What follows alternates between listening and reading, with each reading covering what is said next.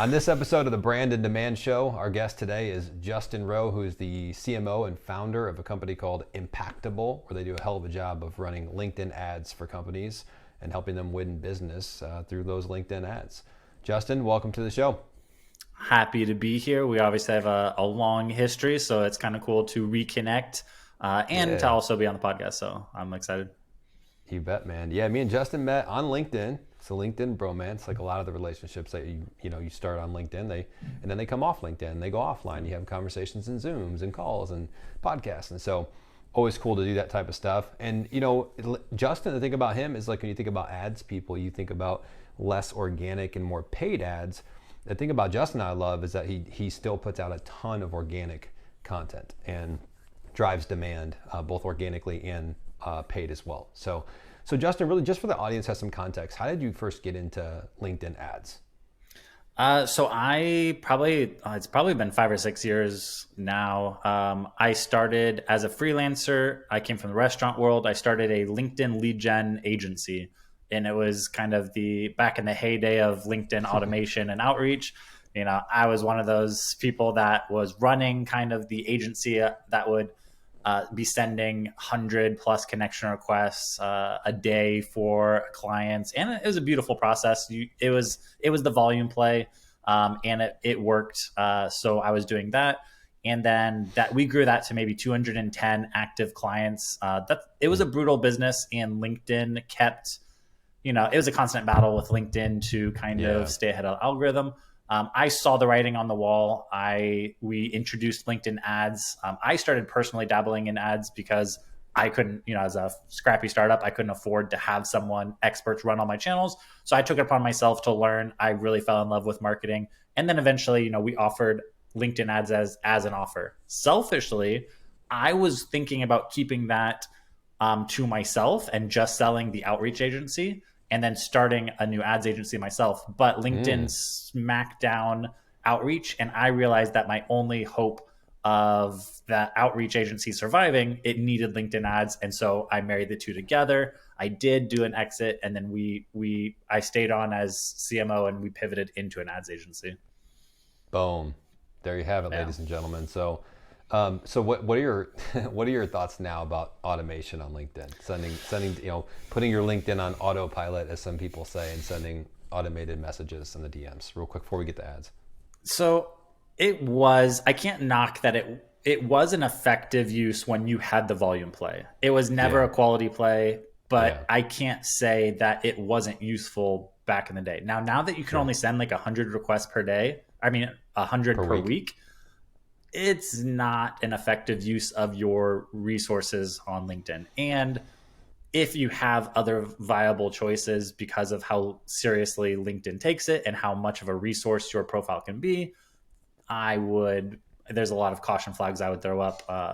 Not the best. Now I am obviously, you said it, I'm really big on paid ads like that. I love that space, but I can't deny the power of LinkedIn organic, which is why I put in the work. I show up every day there because it's pretty hard to replace that. See, man, and that's one of the reasons I love you, and just entrepreneurs like yourself in general, and even business leaders. Like, you didn't look at the situation or the market or what you guys offer and say, oh, well, this is what we do, and so we got to ride with it until it's freaking gone and extinct. You were like, oh, the automation thing's slowing down. The technology and LinkedIn has changed its terms. Okay, well, should we keep going down this road, or should we pivot to something else? And you made a pivot at like literally the exact perfect time, I think, because it led you to this other opportunity. Somebody bought your company, now you're doing LinkedIn ads. And obviously LinkedIn ads are going to be around for quite some time. I think we could all agree that, right? And then also, you're not one of those people that's like, oh, just ads because you sell ads. You're like, no, dude, organic content works too. And so I just appreciate that, man. The honesty, the ability to pivot when you need to, I think so key in entrepreneurship. So, okay, so let's talk about ads, LinkedIn ads. Who should be running LinkedIn ads and who shouldn't be running LinkedIn ads? Is there a certain dollar amount per customer, per annual revenue that you need to have, a certain size company you recommend? Like, how do you break it down?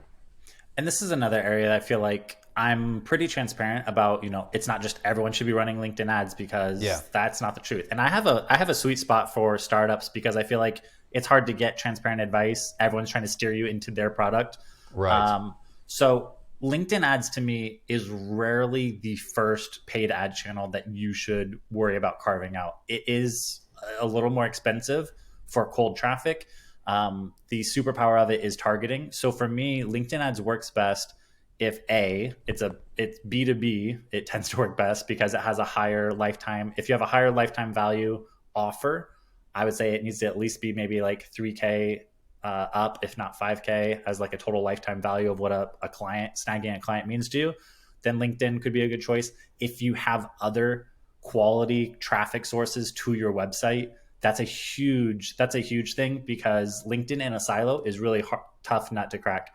But if you have Google traffic, some paid listing traffic, you have really good organic traffic, and then use LinkedIn to basically qualify and retarget that traffic, and you don't have to rely so much on LinkedIn as a new cold channel, then that's a really good place. So your other marketing ecosystem to me is the biggest the factor of who should run it or not. If you don't have any other paid channels, or if you don't have any other profitable paid channels to your website yet, like I probably wouldn't suggest LinkedIn ads as where to start.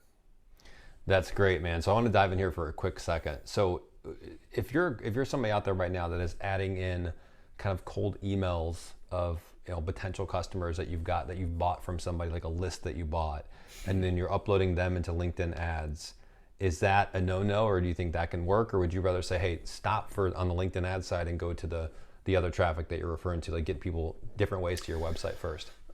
Yeah, the just buying the list and uploading that. Again, like if you're just uploading that to LinkedIn, that's probably a bad idea. If you're targeting that traffic with like display ads and Facebook ads and sending them emails and then also hitting them with LinkedIn, like if it's part of a multi-channel play, I can see that. But yeah, I wouldn't say, because uploading a list in and of itself to LinkedIn, if it's a really good list, that can actually be good. The best thing to do is usually uploading company lists and then using LinkedIn's targeting to say, okay, these relevant decision makers at these 300 companies, that's who I want to target. Got Um, it. but that's probably the way I'd approach that. Okay. And then what about like getting a little bit tactical here? What about choosing an objective? Like what would you recommend? Because I know there's lead gen, there's a couple other ones. Like Yeah. what would you recommend selecting? And this is probably a big area that I think we align with on objective, is because I stay away from just the hard CTA. It's not just hammer them with ads and push for the, Right. the call to action and get their email and then pester them with 12 emails. The biggest thing that we do is probably a similar mindset to what you do with your clients. We use ads as a channel to get content in front of prospects, to position us or our clients as experts in their field. So as an Yep. objective, initially it's website visits. We just want to get on the radar. It's maybe video views, it's consumption. And then it's not necessarily we want them to see these three ads and then book a call. We want to retarget, we want to push them to our website, let them see, and then we want to build trust and credibility. So the content we're putting out is like case studies, expert advice, podcast interviews. It's the same kind of stuff that you might be looking at with organic content, which is also why I'm big on the organic side. Like I actually take my lessons from organic and I turn that into a paid strategy. Like I don't see them as two completely separate worlds. The only difference is how Exactly. you distribute it. Right. Yeah, that's an interesting point you make there. I think a lot of people, especially in the past, I think now it's changing, but I think in the past people were like, "Oh, organic post is like more value based."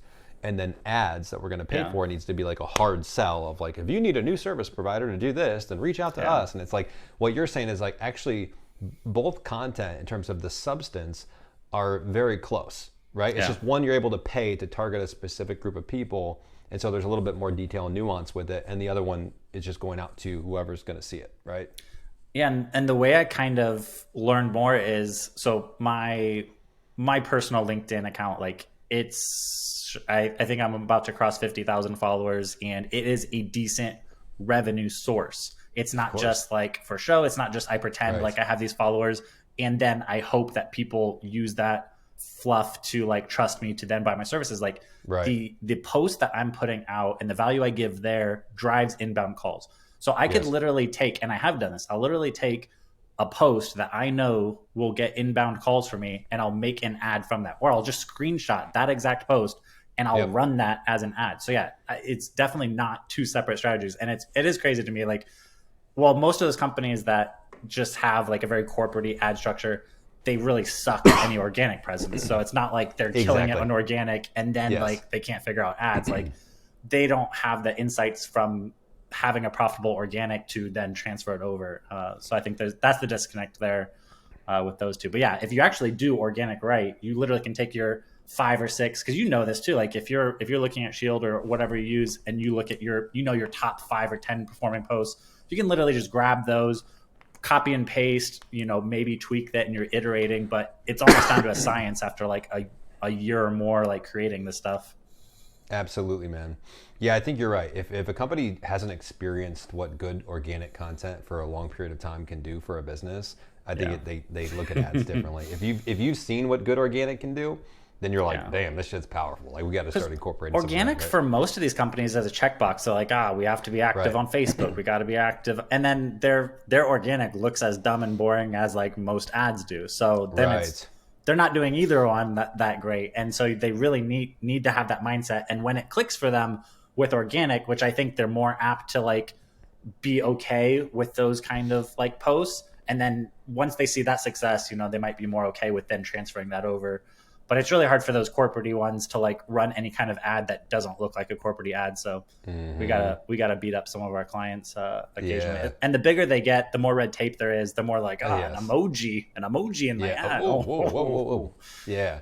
Well, that's why I poked the bear a little bit in some of my content, as you know, where I kind of act like I'm the CEO, and the not just the regular CEO, but the kind of delusional CEO, or maybe the misinformed CEO, where they're like, we need more company logos, and it's like, no, you don't. Like, and so, but if you're not following Justin on LinkedIn, like definitely go follow him, because what he said is exactly true. Like I think over the past, and I've seen over the past 6 to 12 months, you've even like upped your content game organically. I feel like a lot. And Justin's very transparent. So he shares stuff that like he would probably walk you through if you were a customer. Of course, they can do things that you're not gonna be able to do on your own, obviously. But he gives away a lot of like the secrets and tips and strategies. And that's why people come to him. So it's like, if you're listening right now, don't think it's a good lesson in content in general. Don't try to hoard all the secrets. Don't try to be like, oh, we can't share strategies. We can't share, we can't talk about our consulting tips or the things that we do that are unique to our process and our system that help us get X, Y, and Z results. If you keep all of them in and you never share them, how are you going to build trust and credibility with companies? Because if you're going against Justin, let's just say you're a LinkedIn ads agency for the sake of it, because this could be any business. You take your company and you guys share nothing. You absolutely share no secrets, no strategies, no tactics, no techniques, nothing. And then you've got Justin over here. It's like, yeah, hey guys, here's what it all is. You want to know how to run a LinkedIn ad campaign? This is it. Here's audience size. This is what it should be, right? The companies and the prospects are going to go to him because he's been open and transparent, and he's given a lot of value for free. That's just how the content game works if you don't already know that, right? So speaking of audience size, how do you what's a good audience number? Like what should they drill it down to?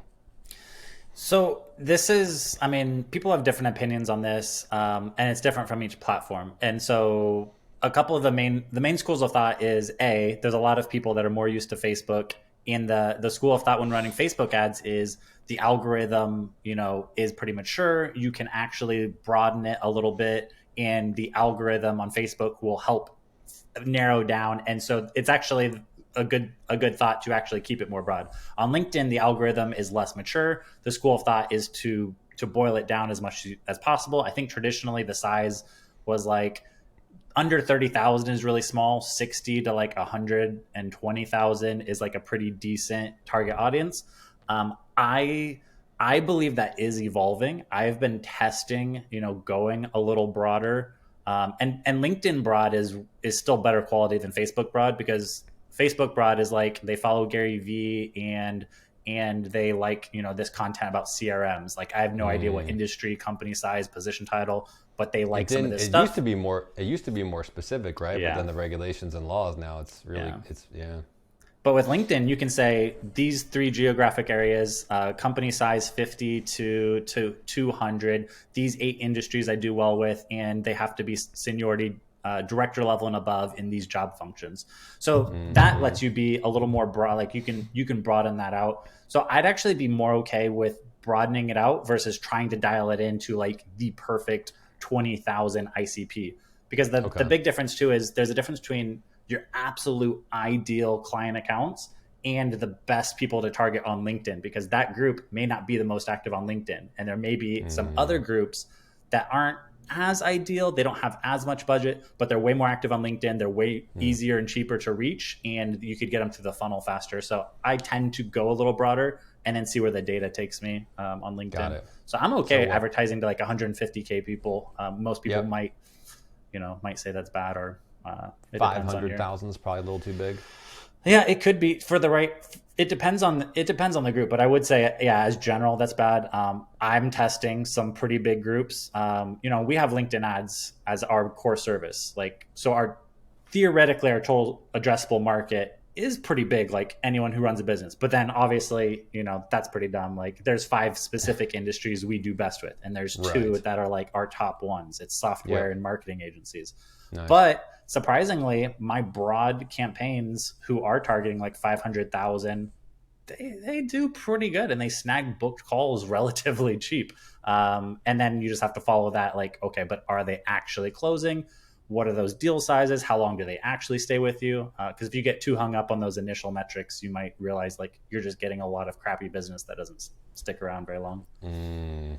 Right. Who wants that? So, and then I know it depends, but how long, like realistically, should companies be giving this before they should start to see result? Like how much money should they be putting in per day, roughly? I know it depends range-wise. And then how long should they give it before they start to see some type of results, whether that's the leads coming in or conversions, that kind of stuff?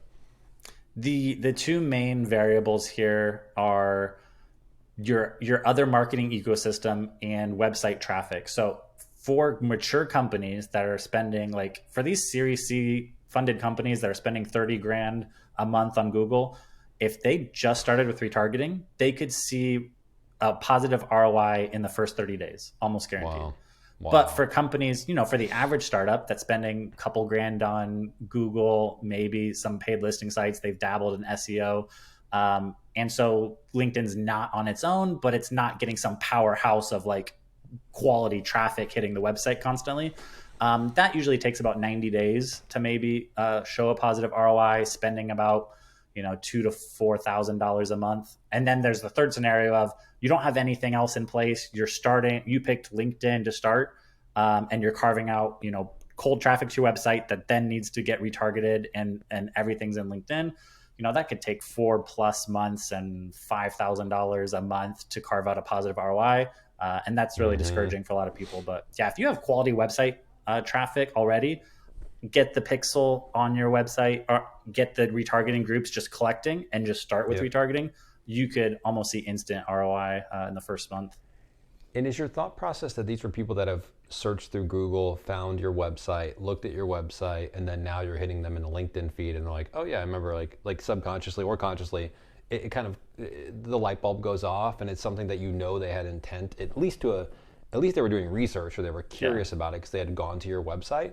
Is that the thought process versus getting a bunch of random emails and dumping them in and like hoping that someone is interested? So Google Ads and Bing, Google search ads are probably the most foundational layer of advertising that most companies start with. And the reason being is that they're very bottom of the funnel. There are people on Google right now every day searching for terms like, how can I crank out a ton of videos every month? How can I run LinkedIn ads? Is LinkedIn ads agency to run ads for me and take my money? Like there's literally people searching for exactly what you do. And by their search, they know that there's a problem. They know there's a solution, and they're actively looking for a provider. So that's why that traffic, like people can hate on Google search, and that is a main spot that people waste money, but it's bottom of the funnel and it shows intent if you do it right. The only problem with that is they're usually looking at 4 or 5 competitors at the same time. So it's very competitive. Right. So just retargeting that traffic does a couple of things. It separates you from the other 4 people they looked at who aren't retargeting them. And if you do it with my strategy, you're not just getting your logo back in front of them and hoping to stay top of mind. You're building trust and telling them why you're the expert, why you can be trusted. delivering value, so that in that 90-day window when they're likely to make a decision, you've positioned yourself at the top, and not just, you're not just positioned as a productized service compared to the other four people they looked at as well that day. Well, I see it too. Like if you're coming in their feed through paid ads and they've been searching for this type of stuff, let's say they've been Yeah. searching for video marketing companies, and then all of a sudden they see me in the feed talking about, hey, if you're getting ready to select the video marketing company, here's 3 things you should look at, or here's a video marketing strategy that you can implement that's going to help grow your business and actually work. And now they're like, shit. Well, that puts you aside and apart from the other 4 or 5 companies they looked at, because you're, to your point, yes. You're getting a little bit commoditized if they're just finding you on Google and that's all they got. Now they're just looking at like price, how good your website looks, like, but it's pretty much like they're stacking you like this. Versus if you've been in front of them with valuable content, you've built a little bit of a relationship and trust with them. Now it's like they're only looking at you now because they haven't heard from anyone else. Yeah. Is the Google stuff that you're talking about? Is that pretty much SEO, or is there a big difference between what you're saying now and SEO?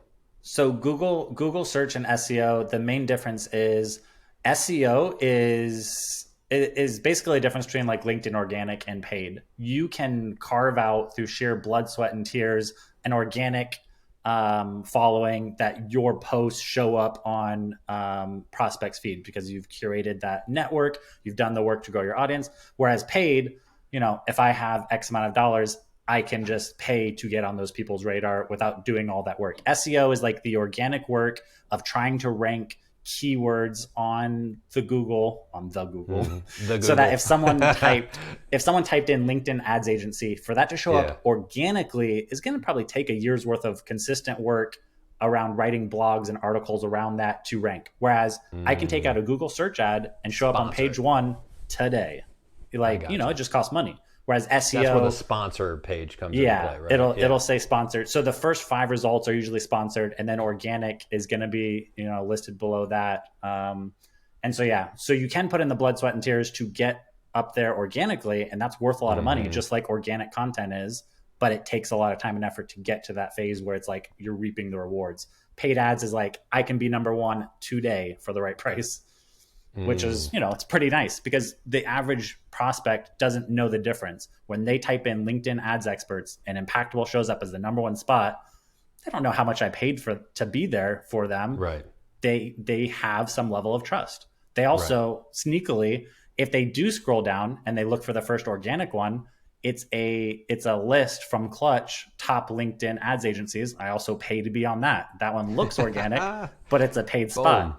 Clutch did the work to get the organic spot, and then they sell the slots. Nice. It's sneaky. Smart. Yeah, so you get them either way. Yeah. Yeah. So on page 1, we show up like 3 or 4 different spots. One of them is actually organic from our work, and 3 are like paid spots. So it's kind of funny. That's a great breakdown, man. That's one of the best breakdowns I've heard between SEO and paying for Google Ads. I think that's a great breakdown. One of my 3 skills in life is explaining things to people in a very simple way, I think, which is also why doing the training or just delivering, like you said, this is how you do it. I kind of lean into that a lot. Because it can be I know for sure, it can be I would definitely recommend you hire an expert to help you with ads if you possibly can. Because if you don't, I almost guarantee you're going to go months and months, if not a year, and you're going to not get much for your money, and you're going to spend a ton of money. And I think every company has had that happen. So, I would go with someone that's already proven and knows how to do it and can build a strategy out for you. But people know when you first get in there, if you're by yourself, it's daunting. And it's like, what the hell do I select? And this is all confusing. And how do I know if it's working? And then, it's a whole process. So what would you say, like if someone spent $12,000, $15,000 already in ads the past few months, and they've gotten 25 leads from it and none of them converted, and you just heard about this story, what would your first initial thought be? Like, where's the leaky hole in the bucket?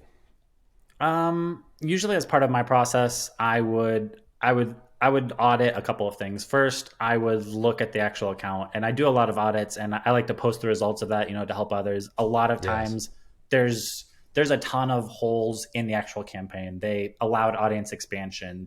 Too much of the money got shipped off of LinkedIn to the audience network.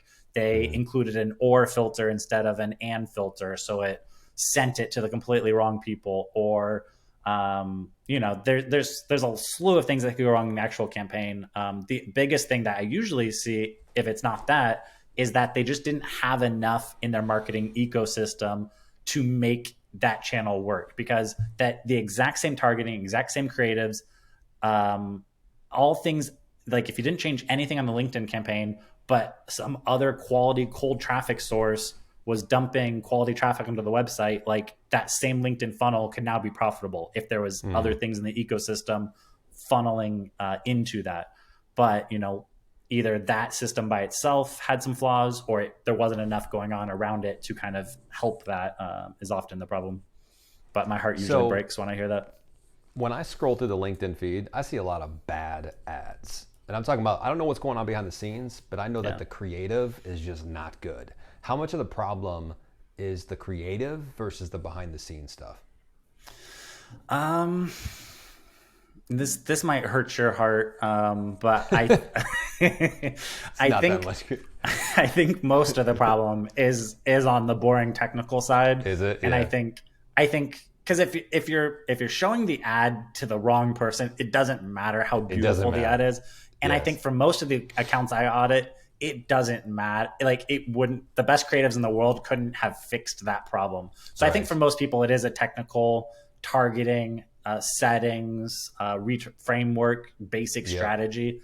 And then for mature companies, it can be a strategy and then a content. But for the average startup, they don't have enough foundational stuff to be worrying too much about even their content. Although if they Yes. have basic foundations, content can make a huge difference. But unfortunately, most of them are failing at the foundational stuff. No, that makes sense. But I do want to dive into some of the creative. Like, what outside of the behind the scenes stuff? Like, what should a LinkedIn ad look like that actually performs? Should it look like a regular organic LinkedIn text post? Should there be a decent amount of copy? Should it picture, video? Like, what are you seeing that's working? So I'll redeem myself here and make your heart a little happy. Video works really well. Of And course it does, baby. video works really well. Some of our and surprisingly, or maybe not surprising too, some of our top performing ads from like normal startups is when they're shooting the ads themselves, but then it gets edited, it looks nice Yep. and professional. It doesn't even Yep. have to look the most professional, but I think Right. people like that real, that raw. It's not just like a animated explainer. Like it's one of the Yes. actual Yes. owners Yes. talking, sharing their expertise, some subtitles, some pop up. Like nothing even Yep. has to be crazy, but Yep. like those do really well as cold and as retargeting. So I would say, again, back to what works naturally for organic transfers over really well for ads. But for creatives, I would say, if it ads that don't look like ads and ads that like are delivering some kind of value. And I mean, I know Yes. people say that a lot and I kind of roll my eyes, but it is like, if it's I don't know, like my best organic post to actually drive leads is like, here's a LinkedIn ads checklist of how to audit your account.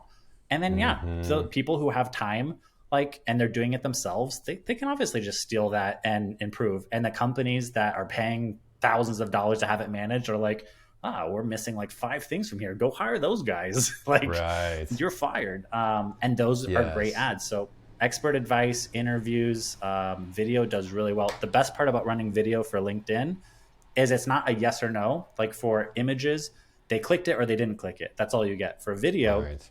how much of the video did they watch? Was it 25, 50, 75, 97%? And then you can retarget based on the percentage of watch. So you can actually gauge how engaged they were with the message and split your retargeting that way, which is really powerful. So when someone's really quickly on that, if you're running a video, I think you explained it to me one time that you want to kind of create a video first. It's a little top of the funnel, get really good views and engage, and then retarget on the back of that. And then if you do that, what percentage is good? 50% or more of them watch the video, or what would you recommend?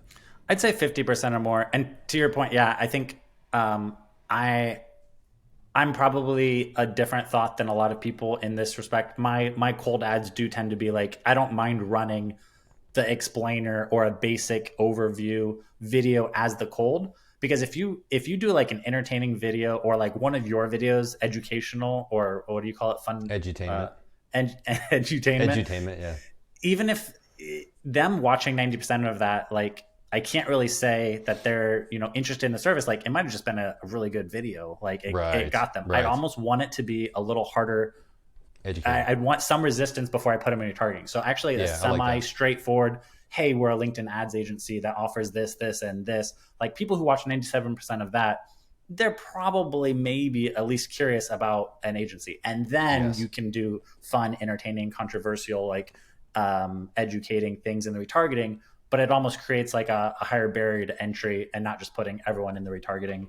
Or you suck them in with like a very basic tip, Yes. which could be appealing to anyone, but then you're getting, the do-it-yourselfers in your retargeting, not people who would have watched a demo on, what you actually offer.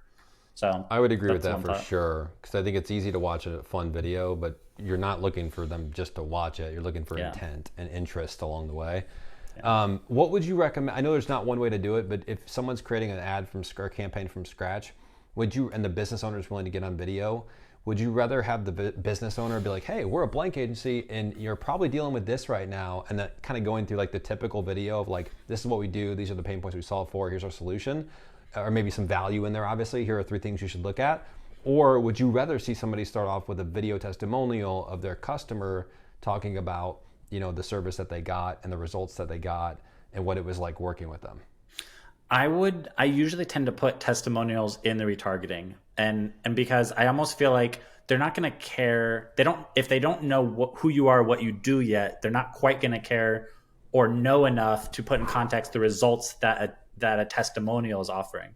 So you Yeah. kind of want to tell them and so what I would do for cold and how it's structured is there's three usually like points. There's this is straightforward. This is who we are. This is what we do. Or these are the main pain points we solve. If you're experiencing, kind of like what you said, if you're experiencing this or this, and then there's what you're kind of alluding to with the testimonial. These are the typical results of people that are working with us. So what I would do is I would make a couple of ads for each of those pillars. Straightforward, what we do, main points we solve, typical results of working with us.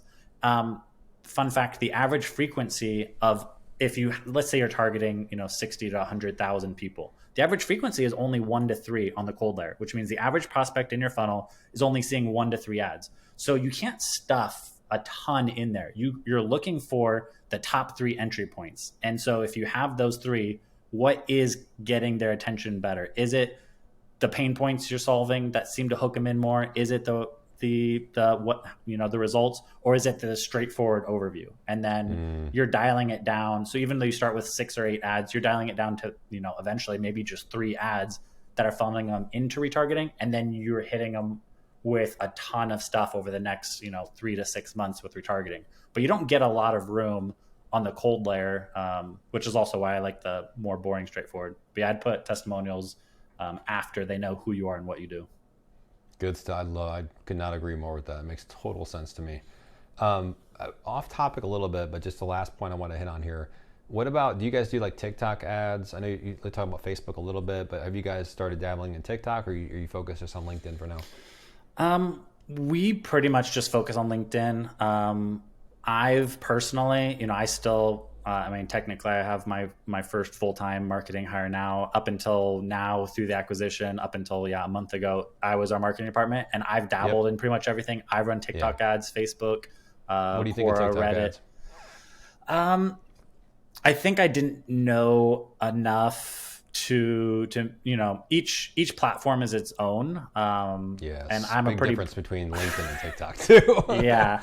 I quickly realized that I was out of my element. The format would have to be different, and it was going to Yes. take too much time and learning for me to.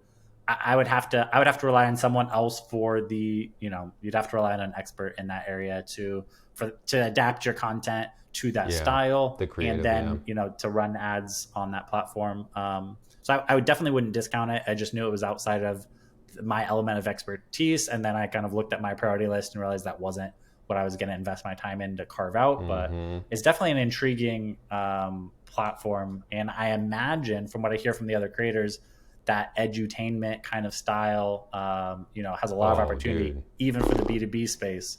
Yes. So it definitely intrigues me. Well, if you think about I think there's a time to be like serious and straightforward, like you said, and then there's a time where like in certain platforms that adhere better to edutainment. And if you think about like Super Bowl ads and a lot of like the really creative one, like that's what they're trying to do, right? They're like, if we put a boring ad in front of people, like they're not, they're going to tune it out, right? So it's like, how do we create something that, and that's exactly what I did with the whole edutainment thing. I was like, I don't want to just entertain and be goofy. I want to like teach people shit and have it be fun at the same time. And that's why those converted, they can still convert better than any other form of my content, because it's like, it's so engaging to watch, but then there's also a lesson in there and you kind of showcase your expertise, provide some value. And so it's just a combination for a recipe for success. So, Justin, what do you walk me through? What do you guys, so the audience knows, what are you guys offering now? Do you, I know you do LinkedIn ads, obviously, but do you come up with this? Is there like a part where, hey, Justin, could we just bring you in to create a strategy or look at our campaigns, or do we got to like spend the money with you every month? Like, how does it work? Yeah, so currently LinkedIn Ads Managed Service is our core offering. So us actually taking over the account.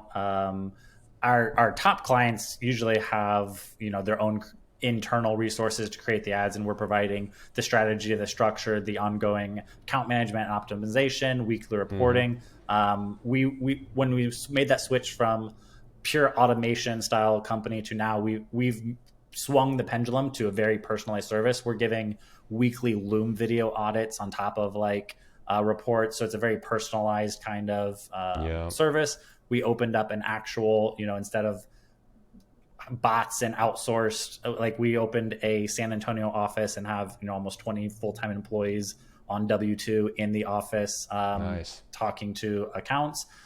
We do have the capabilities to, we do the copy and the creative. And this year, in the last 3 months, that wasn't our strong point before, and it's still probably not our biggest strong point, but it's something we're really upping our game. We now have, you know, 5 or 6 copywriters that we engage with on a regular basis to write the copy. We have design agencies and freelancers that we're looking to grow and improve our capabilities on both sides. Our area of expertise has always been the strategy, the technical side, and the kind of the, actually the carrying out the account management. But we're really looking to grow as an actual creative agency as well, with the copy and creative more this year than we did before. Beautiful. And where can people find you? I know definitely LinkedIn, but anywhere else you want people to go for free resources, get in touch with you? Yeah, if you go to my LinkedIn profile, under my name, you'll have my link tree. My main resources is our YouTube channel, Impactable YouTube channel. Basically, that's a free course that would probably cost you like $300 or $600 somewhere else.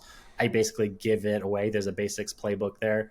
Impactable.com is our website. Like I said, LinkedIn Managed Service is our main one. We were bought out by a data heavy investor who brought some stuff to the table. So one of our newest offers is actually website visitor identification, identifying the actual people paired with the company and even their LinkedIn URL and additional, you know, sources. Most companies would only show you the actual person, but not the company, or the company, but not the person. We've developed a system that kind of ties it together and unifies the record. And those are the main things. We thought about branching out to Google or other things, but the LinkedIn side has so much runway, and it's almost not a good use of our time to do anything else other than that right now. Yeah, man, you guys have so much runway. Yeah, dude. Yeah, it's crazy that, like, I mean, I somehow I got blessed with like timing. Like, it's an unsaturated market. Like, it's perfect the timing. Number one B2B like place that I would be running ads. And yet I can't even name 10 LinkedIn ads agencies. Like, even when I'm searching, either. You can't find them. And even definitely not anybody putting out really good content consistently, man. I when you made that change and we were talking about it offline a while back, I was like, oh man, that's perfect. Like, getting out of what you're in to doing what you're doing now, I was like, dude, this is going to be a beautiful move. It's so much better too. The team, like we didn't lose any of our team. We just retooled them, retrained them into LinkedIn ads experts, and then grew from there. But the price is better, the churn is better, the clients are better, like the margins are better, everything about like that transition. And now that we're on the other side, it's a world of difference. Yep. Well, man, I appreciate you being on the show. If you're listening to this and you need help with your LinkedIn ads, you know who to go to.